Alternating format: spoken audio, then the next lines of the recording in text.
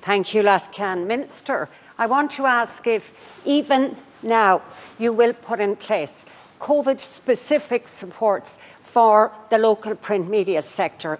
You rightly put COVID supports in place for the local radio sector. It was badly needed and it's made a real difference. So I want to ask, why have you not put in place a similar COVID-specific fund for local newspapers, many of whom are hanging on by their fingernails? And a strong and independent media sector is central to our parliamentary democracy, to freedom of speech and to the provision of quality and impartial information, particularly in the context of COVID-19. And I absolutely recognise the essential role that the print media plays in this regard, and particularly the value of local and regional newspapers in bringing communities together and sharing reliable and relevant local news. In terms of specific supports for the local print sector, it is of particular importance in relation to media organisations to avoid any perception of undue government interference or influence, and the funding of newspapers is therefore a complex issue. I am, however, cognizant of the importance of the sector and the financial issues which it currently faces. This is a sector which has been in decline over the last number of years, as in undergoing fundamental changes due to the new patterns in the consumption of media and a shift to online advertising. In recognition of these longer-term challenges, the programme for government provided for the establishment of the Future of Media Commission to consider the future of print, broadcast and online media in a platform-agnostic fashion. And while the Commission, it's not a representative body, the Taoiseach and I were pleased, however, to be in a position to appoint a member of the Commission who has a strong background in local print and radio.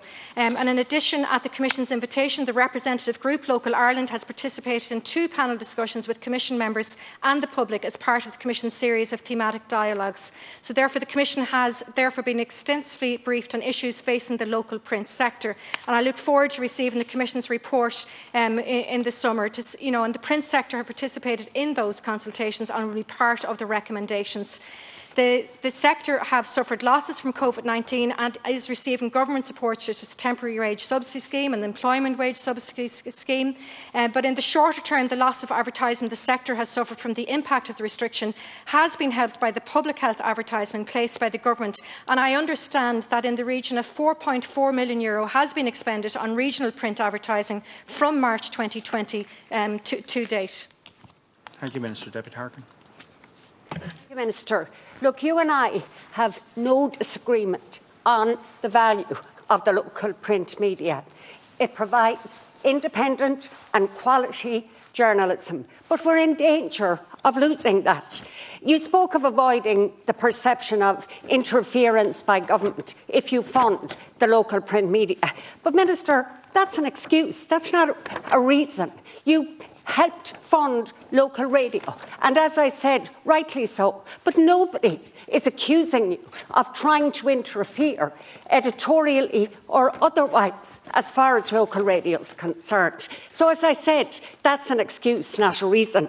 And Minister, I'm sure it's not beyond the bounds of your department to find an arm's-length scheme or way of helping local newspapers provide a sustainable future.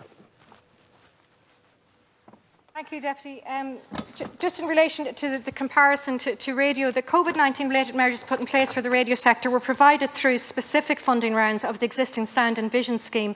And the current scheme in place to support radio is a statutory scheme provided for under Part 10 of the Broadcasting Act 2009 and largely funded by the television licence, and it's limited by statute to audiovisual and sound media and is independently administered by the Broadcasting Authority of Ireland. There is no equivalent statutory framework for the print sector, and the BAI has no function in funding the print sector. And given that the Future Media Commission is reporting in the next few months, I think it's best to wait for the recommendations. But my officials and I have had engagement with the sector and continue to. From the examinations on my official, the sector is availing of horizontal supports to the business put in place by government. As I said, has benefited by public health advertisements, and I'm aware there will be more campaigns that will help the print sector. But I want to look at what is appropriate for the long-term survival and development of the sector, and I will give serious considerations to the recommendations from the Future of Media Commission.